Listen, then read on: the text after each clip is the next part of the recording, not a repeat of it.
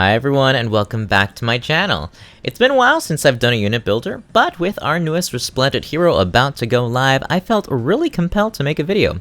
Of all units to get a Resplendent alt, I don't think any of us expected Niles to get the treatment. He could certainly use the stats, that's for sure, and we'll talk about that in just a second, but damn. After having gotten baby Lucina, I was so sure we were gonna see Resplendent Chrom this month. I, for one, was pleasantly shocked. I don't have too many colorless archers that I use. I have Ulm, Leaf, and that's it. And I definitely recall earlier this summer contemplating over whether or not I should build Niles up. I ultimately decided not to because I wasn't a fan of his weapon, but the new art was definitely a game changer for me, which is why we are here. At 5 stars level 40, Niles' neutral stats read as HP 37, Attack 25, Speed 34, Defense 17, and Resistance 34. It's also worth noting that Niles does have 2 super boons in both HP and Attack, the latter of which he definitely wants. 25 base attack. Yikes. I mean, it's not nearly as awful as Merlinus' 20 base attack, yeesh, but still, it's low. Of course, let's not forget that with his Resplendent bonus, he gets +2 to all stats, bringing that up to 27 attack, which isn't amazing either. It's definitely still low, but a super boon here can bring that up to 31, which is still low. But as we all know, Niles can easily be obtained as a 3-star or 4-star unit in the colorless pool, so getting him to +10 should be fairly easy. For that reason, I'll be building Niles today with his +10 stats in mind.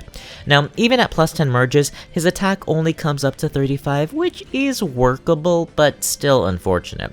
It's definitely going to take a lot of feathers and expensive skills in order to make Niles viable. Thankfully, however, Niles has very solid speed and resistance, both of which can come up to 40, which is much more potent. His lowest stat, however, is definitely defense. At 23, he's very frail, so I'd be hesitant to put him up against any physical units that can counter him. Something else that adds to Niles' uphill battle is his weapon refine. It's got 14 might, has a natural effectiveness against flyers, like all bows, and has a built-in slaying effect that accelerates his special cooldown count by 1. As for its main effect, if the foe's defense is greater than or equal to the foe's resistance +5, he gets to deal an extra 7 damage. This effect is okay, but very underwhelming, in my opinion, as its condition is a little difficult to pull off, and with a +7 damage payoff, the risk just isn't worth the reward. The weapon refine isn't terrible though. It's essentially Flashing Blade, which allows him to build an extra special charge for each of his attacks, so long as his speed is higher than the enemy's. A solid refine given his solid speed, but I don't know that it salvages this weapon for me. That base effect is rough, and with us having gotten the Spendthrift bow, the Coral bow, and even the Helm bow earlier this year, we've got plenty of inheritable options that we could give him instead. Yeah, I'm probably going to recommend replacing his weapon. That being said, let's finally switch gears and talk about how to build him. On to build number 1. So, build number 1 is probably the build I'd like to give Niles myself. As you can probably tell just by glancing at it, it's quite an investment. I chose a super boon in attack, and as for his weapon, I decided to give him the Spendthrift bow, which is one of the best, if not the best, inheritable bows we have available in the game right now. With it, Niles gains +7 attack in combat, and also inflicts -7 attack on the foe, which can be translated to +7 defense and resistance. Keep those numbers in mind as I'm really trying hard to round out Niles' stat spread. Also remember that, of course, the Spendthrift bow inflicts +2 special charges after any round of combat that Niles attacks in, meaning that he's going to be very limited in his choice of specials. For this reason, we are running with Glimmer, which does increase damage the higher our attack is. Ordinarily, I'd probably prefer Moonbow for units with such low base attack, but just watch and see how we salvage his. In his A slot, we're going for Sturdy Impact, a player phase skill that grants Niles a chunky +6 attack and +10 defense in combat. Niles already has solid res, so salvaging his defense is much more of a priority for me, as he's already in a much better place to be able to safely attack any foes with distant counter. In his B slot, I decided to run with Lull Speed and Defense, which inflicts -3 speed and defense on the foe while also neutralizing any bonuses on the foe to these two stats. Keep in mind that this can be translated to +3 speed and attack. Lull Attack Defense also works, but I'd like to boost his speed up just a tad bit more, so this Lull skill is a nice choice for him. Really quickly, I want to hop over to his S slot. Since we're already locked to the player phase, I thought I'd double down and give him Sturdy Blow, which grants him an additional +4 attack and defense on the player phase. Swift Sparrow is another fantastic choice for him if you'd prefer to focus on his attack and speed, which I actually think I might prefer, seeing as how high speed tends to be much more valued in our current meta. Either way, both are solid options for him. And lastly, in our C slot, we've got a little flexibility. Joint Drive Speed was the first option that originally came to mind, as I thought he could use a little bit more speed. As a reminder, Joint Drive Speed grants Niles an additional +4 speed in combat, so long as there's an ally within 2 spaces. A great skill, albeit a rare one. So, a more budget-friendly alternative could be Rouse Speed and Defense, which grants him +6 speed and defense so long as he starts the turn without any allies directly adjacent to him. Of course, the only risk with this skill is that it can easily be negated by an enemy lull skill or panic, so it's something to consider. Alright, and that is it for build number 1. Like I mentioned earlier in this video, we've got a plethora of inheritable bows that Niles could take advantage of, so for our next build, we're going to get rid of the Spendthrift and try a different one on for size. On to build number 2.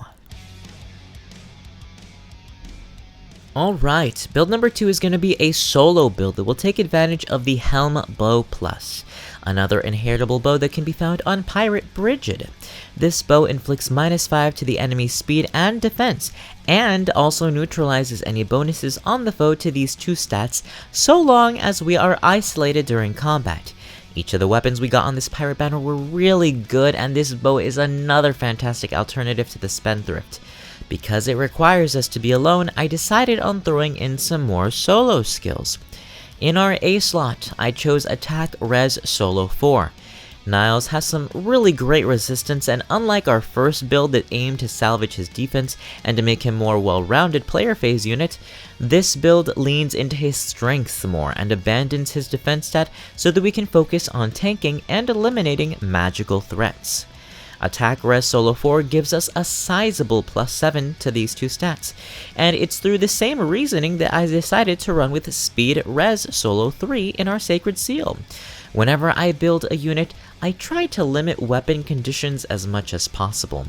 For example, if I'm running an enemy phase build, I'm usually going to stack as many stance skills as possible.